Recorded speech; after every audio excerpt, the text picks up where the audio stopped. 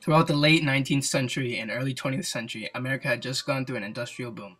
Also before this time period, there was a civil war and a post-Reconstruction age in America that attempted to repair America.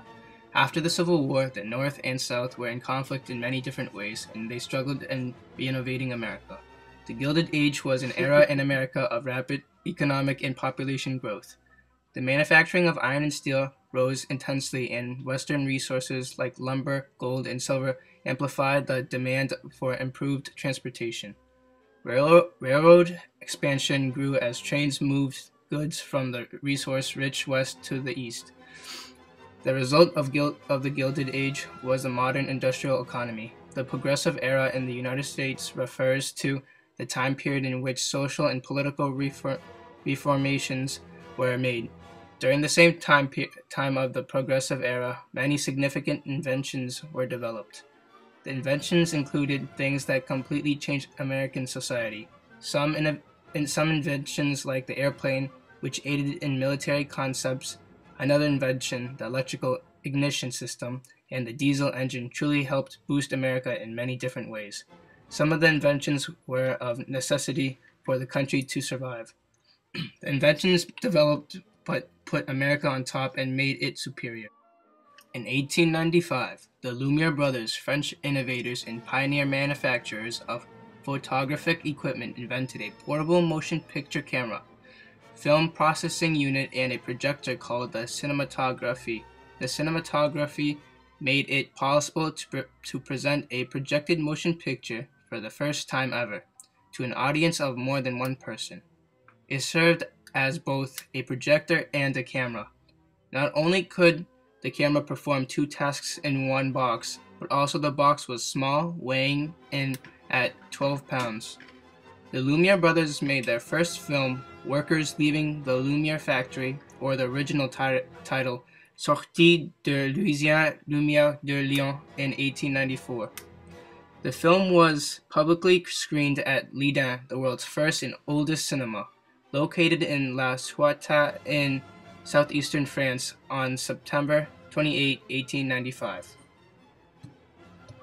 In 1898, Rudolf Diesel invented the internal combustion engine, later called the diesel engine. Rudolf Diesel, born in Paris in 1858, was a German inventor and engineer.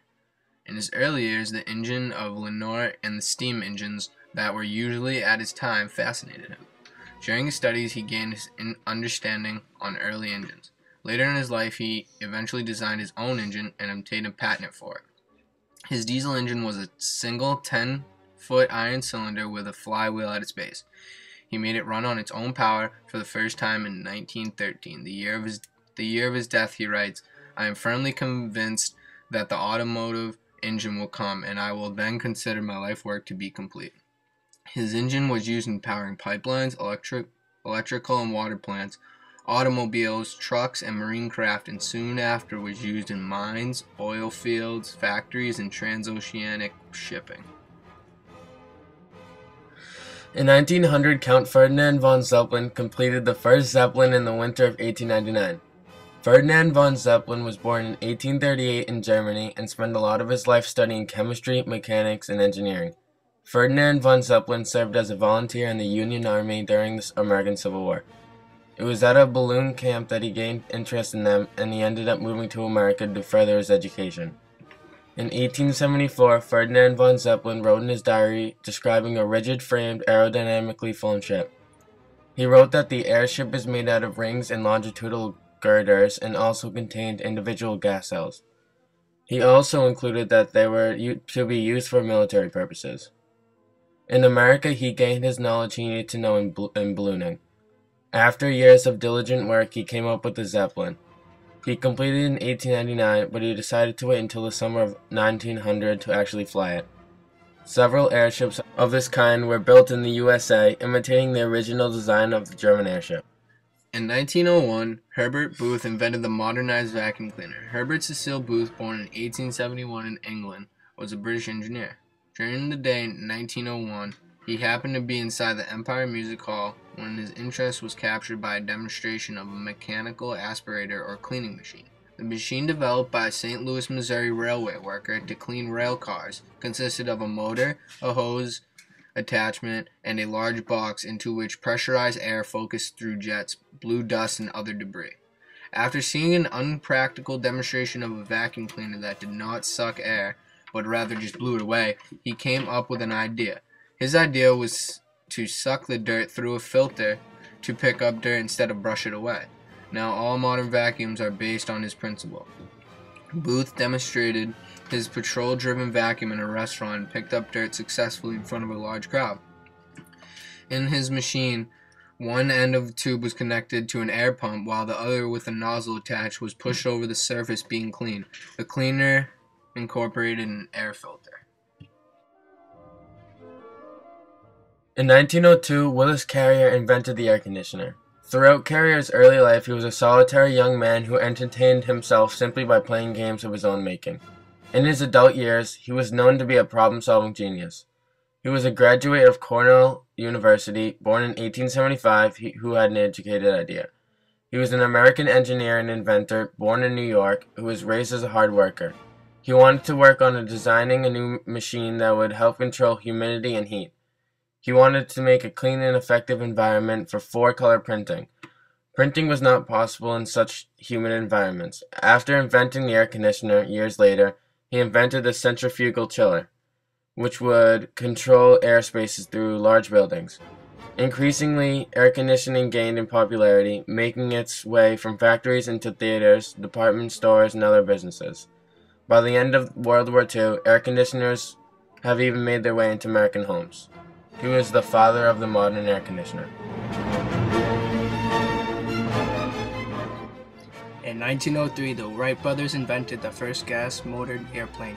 Orville was born in 1871 and Wilbur was born in 1867. The brothers were just two of 7 children of the Wright family. They both attended high school but did not receive diplomas because their family had to move out of Richmond. After they began their mechanical aeronautical experimentation, they began to make ideas. They became extremely interested in flight and they started creating their own glider. After correcting many imperfections, they could improve their plane. Using lightweight wood and other materials, they built the Wright Flyer 1 on December 17, 1903. They set forth 2 flights in which 5 people witnessed. They used a special tactic to gain acceleration for their plane to move. Their tactic was using a falling weight and pulley system. The plane ended up being destroyed by a gust of wind, and they needed time in order to restore it. In 1905, the Wright brothers built an airplane that could fly for more than half an hour at a time. In 1908, Orville made the world's first flight over 1 hour at Fort Myer, Virginia. The Wright brothers' invention made it possible for the first time to have military airplanes. They have become living legends, but they never married. In 1903, Mary Anderson was credited for her invention of the first windshield wipers. Mary Anderson was born in Alabama in 1866. She contributed in the building of the Fairmount Apartments on Highland Avenue. Her invention of the window cleaning device helped clean snow, rain, and sleet from a windshield. Her main goal was to improve driver vision during stormy weather. In 1904, Anderson applied for a patent for a swinging arm with a rubber blade. The device consisted of a lever that could be operated from inside a car by the driver. The patent for the device was issued in 1905. Similar devices had been made earlier than Anderson's was, but hers was the first that actually worked. Later, during a trip to New York City, she noticed that in order to see during a rainstorm, streetcars had to open their windows. She invented a swinging arm device with a rubber blade, which became common in all American cars by 1913. In 1904, Benjamin Holt invented the infamous tractor. Holt was an American inventor who was born in 1849 in New Hampshire. He was the youngest of 4 brothers and 11 siblings. 20 years old, Holt went to work with his father in his father's sawmill. There, he gained experience in readying hardwoods for shipping to his brother's company. An interest in business showed up around the age of 23, and he started to manage the shipping process to the West Coast. In 1890, Holt built his first experimental steam engine. He gave the nickname Old Betsy to it.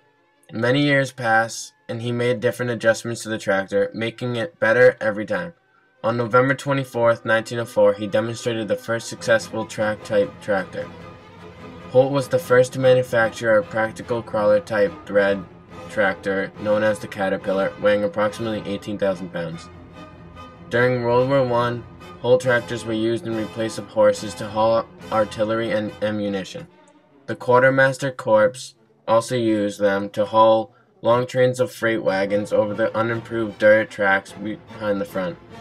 Holt tractors also contributed to the later invention of the British tanks that aided in warfare. In 1906, Lewis Nixon invented the first sonar-type listening device. His device helped in detecting icebergs. Even though the purpose was to detect icebergs, they could be used for many different things. There was a high demand for these devices during World War I because it was an easy way to detect submarines. The sonar device would send out a subsurface sound wave, and it would listen for echoes. It is a system that uses transmitted and reflected underwater sound waves to detect submarine objects, including submarines, for warfare. In World War I, these became especially useful and well known. In 1907, Paul Cornu invented the first piloted helicopter. Paul Cornu, born in 1881, was a French engineer who manufactured bicycles by trade. He was credited by designing the world's first rotary-winged aircraft. He made the first piloted free flight in France on November 13, 1907. It lasted around 20 seconds and went about a foot off the ground. The aircraft had two rotors placed on either side of a metal frame where a tiny engine generating just 2 horsepower was positioned. This model made several leaps into the air before numerous onlookers, which convinced Cornu that he was on the right track. He made enough money in donations to construct an improved helicopter. Even though the helicopter was unpractical and was abandoned after